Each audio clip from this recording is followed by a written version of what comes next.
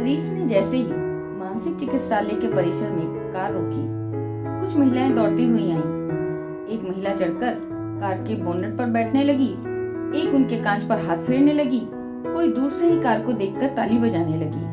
उन विक्षिप्त महिलाओं की इस स्थिति को देखकर हरीश का मन दुख से भर गया।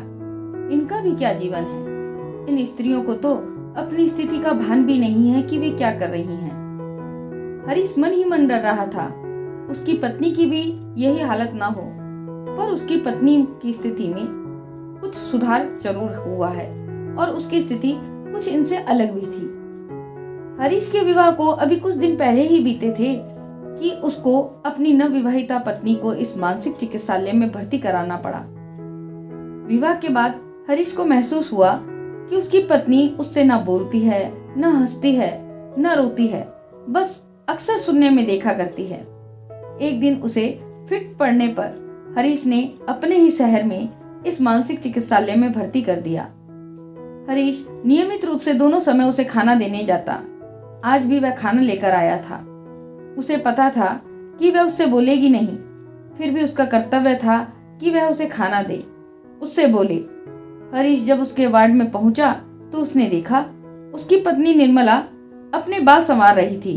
उसकी उपस्थिति को अनदेखा कर वह उसी तरह बाल संवारती रही। इस समय वार्ड पूरी तरह खाली था, सारी स्त्रियां बाहर थीं। हरीश आज बहुत सोच कर आया था, वह आज यह कहेगा वह कहेगा, किंतु यहाँ आकर वह सब कुछ भूल गया। वह कुछ देर तक उसे चुपचाप देखता रहा, फिर उठकर बोला, मैं जा रहा हूँ, खाना रख दिया है, खा लेना। उसने कुछ देर उत्तर की प्रतीक्षा की, पर उत्तर ना पाकर वह अपने दफ्तर जा पहुंचा। उसका मन दफ्तर के काम में भी नहीं लग रहा था। उसके दिमाग में केवल निर्मला का चेहरा ही घूमता रहा। वह अब क्या करे, उसकी समझ में नहीं आता। माँ के कितना मना करने पर भी उसने निर्मला से विवाह किया था। माँ का विचार था कि हरीश शहर की ही किसी पढ़ी लिखी लड़की से विवाह करे जो उसका साथ दे सके, किंतु हरीश के विचार ही अलग थे। उसने निर्मला को अपने किसी मित्र के यहाँ देखा था, जो उसके मित्र की रिश्ते की बहन थी। सीधी साधारण वस्त्रों में निर्मला उसे बहुत अच्छी लगी थी। आधुनिक फैशन परस्त तितलियां उसे पसंद नहीं थीं। हालांकि निर्मला केवल 10वीं पास थी, फिर भी निर्मला का मासूम भोला भाला चेहरा उसे भा गया था। केवल इसी आधार पर वह निर्मला से विवाह करने की जिद कर बैठा। उसे समझ में नहीं आ रहा था कि उससे कैसे और कहां गलती हो गई। दूसरे दिन हरीश सीधे निर्मला के पास न जाकर डॉक्टर के पास गया। डॉक्टर ने कहा, शारीरिक रूप से वह पूर्ण स्वस्थ है, मानसिक रूप से अस्वस्थ नहीं लगती, क्योंकि वह कही गई बात को अच्छे से समझती है, बस जवाब नहीं देती। उसके मन में कोई अवश्य ऐसी बात है जो उसे परेशान कर रही है, जिससे वह अवसादग्रस्त है। तुम्हें उस बात को बाहर निकालना होगा। इसके लिए बहुत धैर्य की जरूरत है। उसे प्रेम और विश्वास से जीतना होगा। वह कुछ भी कहे उसका बुरा नहीं मानना, लेकिन उसको कुछ कहना जरूरी है, अन्यथा उसके दिमाग पर बुरा असर पड़ सकता है। सर, मैं कुछ भी करने को तैयार हूँ। हरीश का गला एकदम भर्रा सा गया, जिसे उसने शीघ्र ही संभाल लिया। चिंता किसी बात की नहीं है मिस्टर हरीश, धैर्य रखिए। वह बोले या ना बोले, आप उससे बात करने की कोशिश कीजिए, अपने अतीत की बातें कीजिए, उनके हाव भाव से जानिए कि उनकी पसंद नापसंद क्या है। हरीश डॉक्टर से मिलकर निर्मला के वार्ड में पहुंचा। वह देर तक निर्मला से बातें करता रहा। उसने बीते दिनों की मनोरंजन इत्यादि की बातें की। उसने देखा निर्मला उसकी बात ध्यान से सुन रही है, पर कुछ नहीं बोली। लेकिन निर्मला की आंखों में चमक से उसे विश्वास हो गया कि निर्मला ठीक हो जाएगी। वह उसके लिए सुंदर सुंदर पत्र पत्रिकाएं ले गया, अपने जीवन की मनोरंजक घटनाएं सुनाई, चुटकुले सुनाए। निर्मला के चेहरे पर मुस्कुराहट देखकर उसका मन उत्साहित हो उठा। उसे विश्वास होने लगा कि वह दिन ब दिन सफल होता जा रहा है। 2-4 दिन बाद हरीश फिर डॉक्टर से मिला और उसकी छुट्टी की बात की तो डॉक्टर ने कहा वह ठीक हो गई है, लेकिन जब तक वह आपसे बात न करने लगे तब तक विश्वास नहीं किया जा सकता। उसकी मानसिक समस्या का हाल उसके बोलने पर ही पता चल पाएगा। आप उसे कुछ घंटे इस अस्पताल से बाहर ले जा सकते हैं, इसकी अनुमति दे सकता हूँ।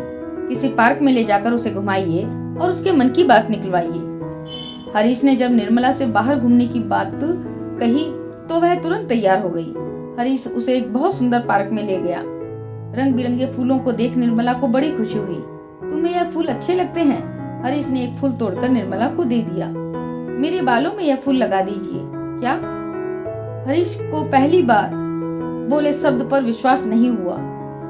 फिर से कहो निर्मला, क्या चाहती हो? यह फूल मेरे जूड़े में लगा दीजिए। हाँ हाँ, क्यों नहीं, तुम ऐसे ही बोला करो निर्मला, तुम्हारे बोलने से यह पूरा बाग महक उठा है। निर्मला उसकी बात सुनकर शर्मा गई। बोली, आप तो ऐसे नहीं हो जैसा मेरी सहेलियां कहती हैं। कैसा? हरीश ने जानना चाहा। मुझको माँ बाप से दहेज न मिलने पर जलाकर मार डालने वाले। तुमने ऐसा कैसे सोच लिया? आपसे पहले जो भी मुझसे विवाह करने के लिए आए थे, केवल दहेज न मिलने पर उन्होंने मुझे पसंद नहीं किया। आप पहले व्यक्ति थे जिसने दहेज की मांग नहीं की। मेरी सहेलियों का कहना था, जो दहेज नहीं मांग रहा उसमें जरूर कोई खराबी होगी, या हो सकता है दहेज न मिलने से तुम्हें मार ही डाले।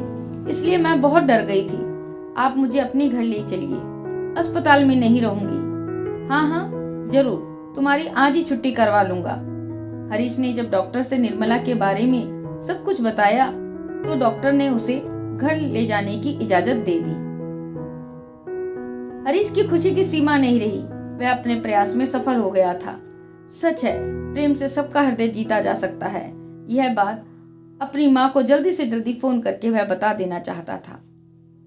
तो दोस्तों, ये कहानी है एक ऐसी औरत की जिसने अपने मन में, अपने दिमाग में एक ऐसे व्यक्ति की छवि को उतार लिया था जो बिना दहेज के, बिना लालच के, बिना स्वार्थ के विवाह नहीं करना चाहता। ऐसी स्थिति उस स्त्री ने अपने दिमाग में बना ली थी लोगों के कहने पर। कैसी लगी आपको ये कहानी? अगर अच्छी लगी हो तो प्लीज लाइक, कमेंट और शेयर करना बिल्कुल भी ना भूलें। चैनल को भी सब्सक्राइब करना ना भूलें ताकि आप ऐसी ही मनोरंजक कहानियां, शिक्षा देने वाली कहानियां, मन को समझने वाली कहानियां सुन पाएं। आज के लिए धन्यवाद।